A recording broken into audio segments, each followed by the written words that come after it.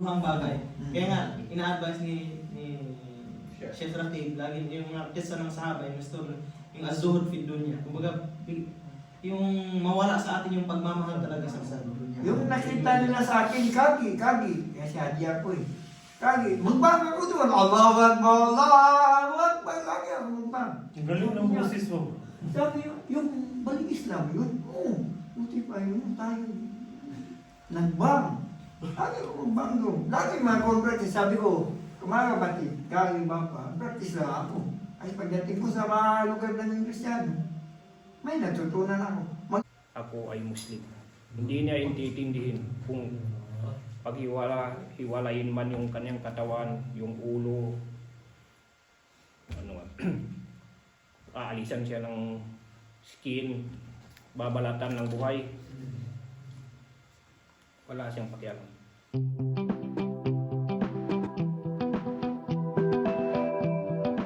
Siya ay Muslim. Hindi mahalaga saang bahagi ako babagsak para ito kay Allah. Kung magnais siya, pagpapalain niya kahit ang napunit kong katawan. At dinuwa niya ang Allahumma isihim adada waqtulhum badada wala tuqadir minhum ahada. Nung binanggit niya ito, yung duang ito, i-Tagalog muna natin. O Allah, bilangin mo sila isa-isa. Patayin mo sila tig-iisa. Huwag mong iwan ni isa. Nung binanggit niya yung duang ito, lahat daw ng Quraysh, sa riwaya na nabasa ko, lahat ng Quraysh dumapa. Kasi para yun yung kuwan nila, yung ano ba ito, yung paniniwala nila para makontra yung dua na yun, yung para sa kanila curse na yun sa kanila. Natakot. Ganun din yung takot nila sa dua ni Khubayb. At kanyang dinuarin na wala ng Arabic, Tagalog na lang. O Allah, iparating mo ang aking salam sa iyong propeta at ang nangyari sa amin. Ipinabatid ng Allah kay Propeta Muhammad sallallahu alaihi wasallam ang kanyang mensahe. At ang tugon ng propeta, wa alaikas salam ya Khubayb. Kapayapaan din sa iyo, o Khubayb. At kinuwento na rin ng propeta sa sahaba na nandoon na nasyahid na si Khubayb. Tapos sa huling sandali niya, bago siya bitayin, tinanong pa siya ng mga Quraysh. Sabi nila si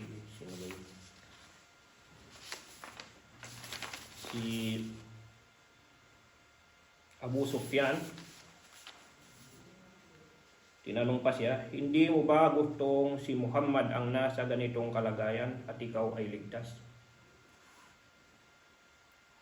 At sinagot niya, hindi ko nais kahit isang tinik ang tumusok sa paa niya, kapalit kaligtasan ko kasama ang pamilya ko. Ganun yung pagmamahal nila sa Rasulullah sallallahu alaihi wasallam. Ni tinik ayaw nila para sa Rasulullah. Kahit pa yung kaligtasan ng kanilang pamilya. Isipin nyo yun. Saan tayo sa pagmamahal sa Rasulullah? Gagawa ba natin yung mga sunnah na ginagawa ng Rasulullah? Sana pag isang lesson para sa atin.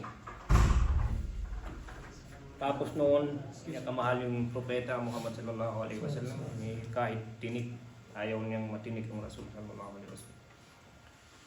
At katapos noon, siya ay itinali na sa kahoy. Sinaksak at tinira ng mga sibat hanggang sa siya ay nasyahid sa Tanim.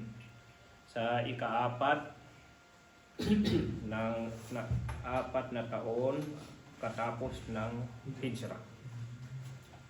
At ang mga aral na makukuha natin dito o yung mga katapatan kahit walang nakakakita. Panalangin bago ang problema. Tingnan mo. Tayo pag problema ang dumadating, minsan tinatakbuhan natin ibang tao. Si Khubayb, Allah Ta'ala ang tinakbuhan niya. Pagsala. Tapos huwag tayong matakot na mamatay kung tayo ay nasa katotohanan. Tunay na pagmamahal sa propeta. Allah ang tunay na tagapagligtas dahil kahit walang makain, walang ubas doon, binigyan pa rin siya ng Allah Ta'ala. Kaya magtiwala tayo sa Allah, magtawakkal. Tapos na may mga yun. Hanggang doon na lang, insyaAllah. Subhanaka Allahumma wa bihamdika, subhanaka Allahumma wa bihamdik, asyhadu an la ilaha illa ant, astaghfiruka wa atubu ilaik. Assalamualaikum warahmatullahi wabarakatuh. Ganon yan ang Muslim, laban. Hindi mo na sila mapatay bro, kasi may baril sila ikaw. Nagsunat ka na eh, parang kasi Wala na. Nakakapagsala ka. Allah ilallah. Wala namang bala. Yung mga Death penalty yun. No, anong class ceiling mo? Magandang tanong ni bro. yung mga binibitay dito, yung mga binibitay sa Muslim country, bago sila bitayin, sa lang sila. Kaya parang nabasa ko, parang si Khubayb bin Ali, siya yung nagsunat ng gano'n na bago Sa kanya ay patayin. Sunod na Dalawa dalawa. ang si Anis sa Jaman eh. Nagtatrabaho sa naman natin. Oo nga siya. yan yung one. At sa kagandahan, Kahit sa trabaho, ganun din yung ang kagandahan din na mamatay tayo kahit dito. Muslim din ang ilibig sa'yo. Kahit makasalanan ka, ilibig natin dito sa mga nagkakalaan. So, hindi isang Muslim.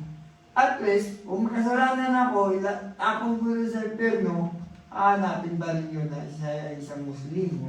Huwag ka naman Riyasahan ka pa rin. Huwag ka naman magkasal. Sabihin mo magkasal. Wala. Kasi narinig ko yung maestro nagsabi na may isang Muslim na nag-aaral din siya, pero tinapon siya doon sa impyerno kasi makasalanan. Pero yung mga kasama niya o mga classmate niya ay nag-iisip, si Abdullah lagi yung nag-aaral, nawala dito sa paraiso. O ya Allah, ay kunin natin siya kung nasaan siya ngayon. Kaya siya doon, nasa impyerno, ay kinuha din siya. Papunta ng dyan ng paraiso. Inshallah. Siya lang, ganun din ang mangyari. Huwag ganun, magdadaan tayo sa impyerno. Ay, hindi.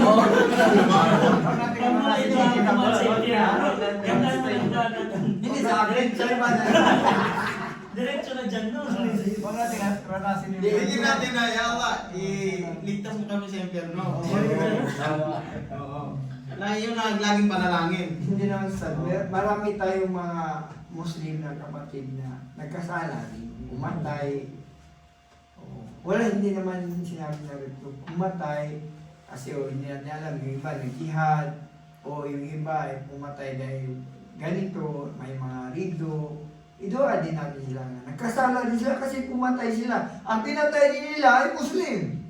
Okay lang Christian, yan kupar. Yung Muslim to Muslim, makita mo ngayon doon, kaya sa Tabato. Bro, pagka pumunta ng Christian bro, sabi okay lang. Makarinig ka lang. Hindi naman, tunay naman kasi nakatira ako ng Cotabato. Yung sinabi ko, tunay yun. Muslim to Muslim, pinatay. Oh, naawa. Tunay yun. Kaya nga ako, hindi ako mayang magsalita. Kasi nakatira ako doon, magkalaban sila dahil sa politika. Kapatid, Muslim to Muslim, magbarilan. Magkamag-anak, nag-away lang konti, papatayin kita. Ngayon ba, umiwas na, bininta na yung baril. Sabi ko, mga Muslim sila. May mga Muslim sila, pero Muslim Jama. Kaya, bro Muslim Abdullah, Jama. isa talaga dahilan doon, yung hubod doon niya, yung nasa puso na niya yung kamunduhang bagay. Kaya nga, ina-advise ni Sheikh Ratib, lagi yung mga kisa ng sahaba, yung story, yung az-zuhud fi dunya. Kumbaga, yung mawala sa atin yung pagmamahal talaga sa mundo. Yung nakita nila sa akin, kagi. Kaya si Hadi ako eh. Kagi, magbang ako doon. Allahu Akbar, Allahu Akbar. Kagi ako magbang. Ang galing ng boses mo. Sabi yung balik Islam yun. Oo, buti pa yun. Tayo nagbang. Kagi ako magbang doon. Lagi mga converts, sabi ko, mga kapatid, kagi ba pa, practice lang ako. Ay pagdating ko sa mga lugar ng Kristiyano, may natutunan ako. Dito pala practice ko. Pagdating ko sa Kristiyano, maling ako. Alam, nag-alala yun doon. Hindi naman pinag-aaralan namin maghawak ng RPG, mag-maril na. Pinag-aaralan namin 5 haligi ng Islam, 6 na paniniwala, 5 hadith, mga bukaa, mga ito, ganito. Yun, 6 na paniniwala. So, yun ang mga ano ko, yung paglaban ko sa dawa. Maraming magtanong sa akin, bakit ang Muslim ako? Mahing Christian na ako, bakit nahihinig ka kumain ng aso at ano?